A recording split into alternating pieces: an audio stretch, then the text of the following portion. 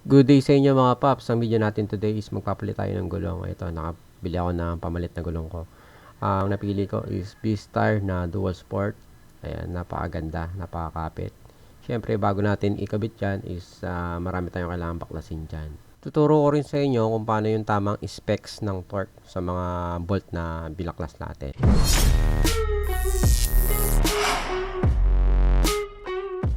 Okay, first step natin mga paps is kailangan natin tanggalin yung pipe.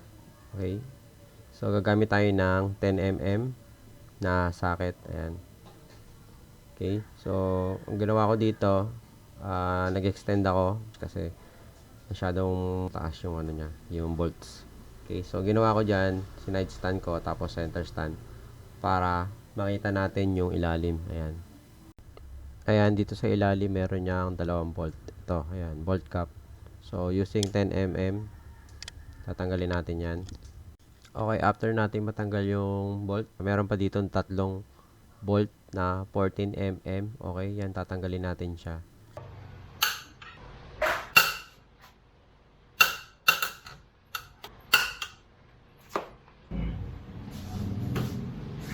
Una nating tatanggalin dyan mga paps. So, kailangan paluwagan muna natin tong axle nut nya. Hindi muna natin tatanggalin yung brake para pwede natin pa-stopin yung ikot. Kasi ito, pagka pinaluwagan natin yan, sasabay iikot yung gulong. Kailangan natin may pang kontra tayo.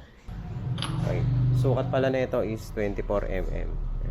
Dito, kakailanganin natin ng assistant para merong pipiga ng preno o kaya may sasampa dun sa motor natin. Gagamitan lang natin ng tubo para meron tayong leverage.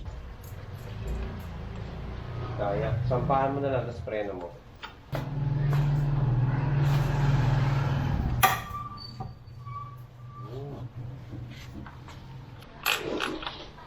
Next muna natin tong caliper bolts. Ayan.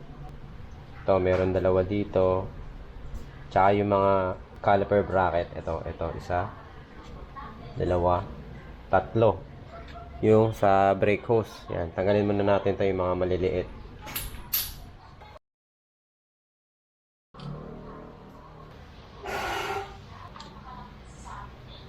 Then, next natin tatanggalin is yung caliper. So, meron ditong star na allen. Yan. Okay, so ang sukat nito is T40. Yan.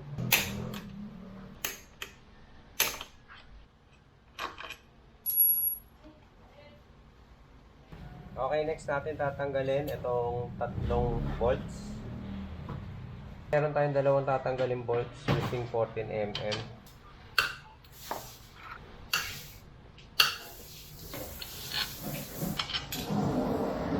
Okay, next natin is 12mm.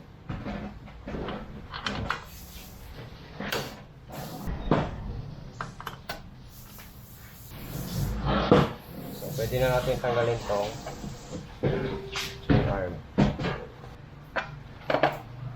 Tanggal na natin. So, mukhang stock up to. Eto mga paps mo, stock up yung collar natin. Kasi no, mukhang kinalawang siya.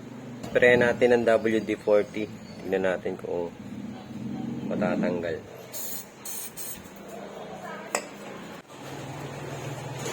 Okay, ginawa natin. WD-40 lang. Tapos, pinupukpok ko dito sa kabila. Dito sa side na to. So, dito, ginawa ko, pinupukpok ko lang siya. Yan. Pukpukin natin.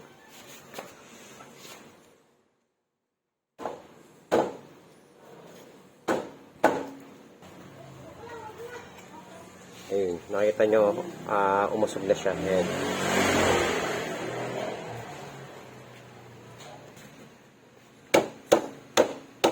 Ayan, umusog na siya. Ayan o. So, ganun lang nang gawin nyo. Pukpukin nyo lang ng pukpukin. Tapos, spray tayo ng WD-40.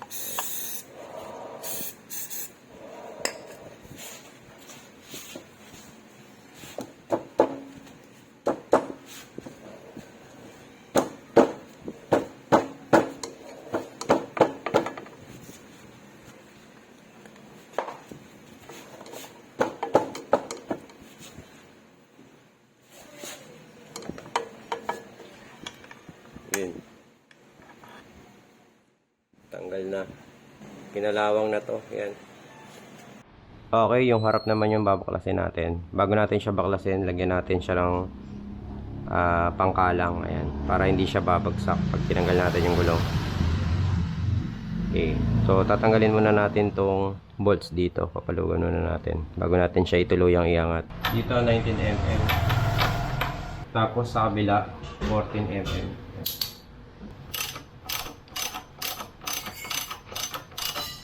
Tapos to, caliper.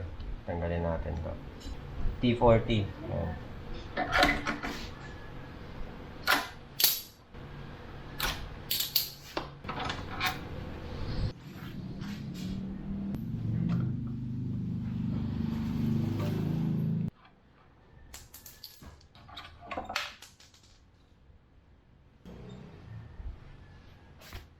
Ayan, ang kagandahan dito mga paps, kapag kayo mismo yung nagtatanggal ng gulong, okay, meron kayong chance na linisin yung ilalim. Ayan, almost 3 years na sa akin to.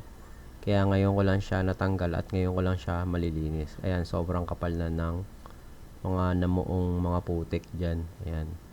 So, mas maganda kung tayo maglilinis. Okay, linisin muna natin siya using degreaser or mga joy. Ayan. So, gamitan lang natin siya ng brush para mabilis matanggal. Okay ito mga paps, bali lilihahin natin siya ng 1000 grit. Kasi nga, dahil kinalawang na siya, medyo rough yung texture niya, no? So, may chance na mag-stack up ulit. Kaya ayan, sobrang smooth na after nating maliha. Okay, pakabit muna natin to, yung bago nating gulong.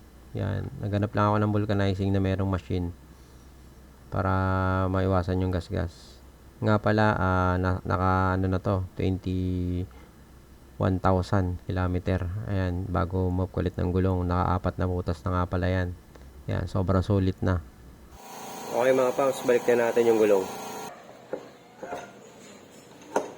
Okay, so ito mga paps, lalagyan natin siya ng grasa para hindi na siya kakalawangin ulit, tsaka hindi na siya hirap tanggalin. Ipis lang yung lalagay natin. Lalagyan natin ng high temp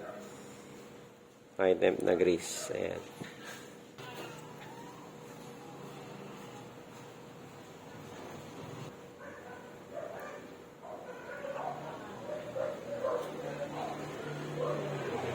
Okay, next naman, kabit natin yung swing arm.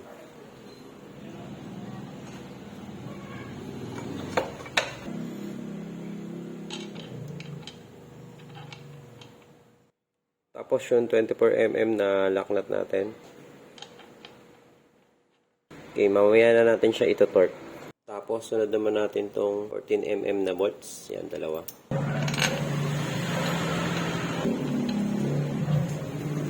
Okay, next naman natin tong 12mm para dito sa shock. Then, next naman natin tong caliper. Ayan.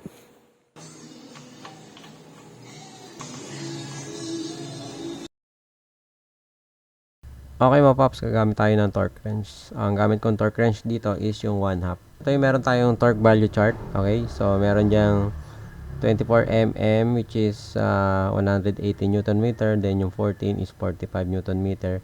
And so on and so forth. Okay, so ang first nating ito torque value is yung sa swing arm using yung 14mm.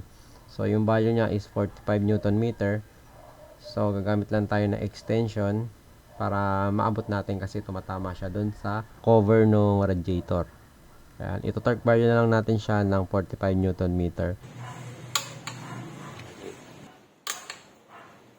So, ito muna. Set natin tong 8mm. Ito, 9 Newton meter. 10mm dito. Yung dalawa. Ito ay 12mm. So, ito ay 12mm. So, ang ilalagay natin dito is 24 Newton meter. 24. So, ito last natin is yung 24mm. So, set lang natin sa 118. Kailangan natin ng helper. Ayan, kasi iniikot. Kailangan muna natin palang ibaba to. Ay ikabit yung isang gulong kasi hindi natin siya mabababa para ma-torque down natin yung 24mm. So, bali, ikabit muna natin tong front tire niya. Okay, ito naman is 180 Newton meter. Torque down natin. kagatin lang natin yung preno para maano to.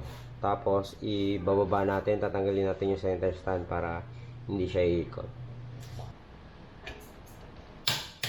112. So, tapos 118.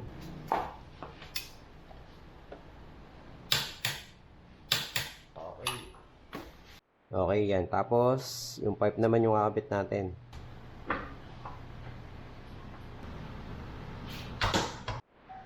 Okay, yung sa pipe natin, ito-torque down natin siya. Ang torque value natin is 29 Newton meter. Ayan. Okay, 29 Newton meter. Tapos dito sa 14 mm natin is 49 Newton, ito, 49 Newton meter. Ayan, yung tatlo. Okay, itong 19 mm na nut, ito-torque down natin siya ng 56 Newton meter.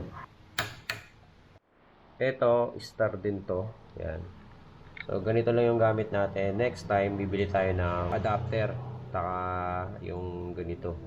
Para pwede natin siya ma-torque. Ito, anti-hand na muna natin to.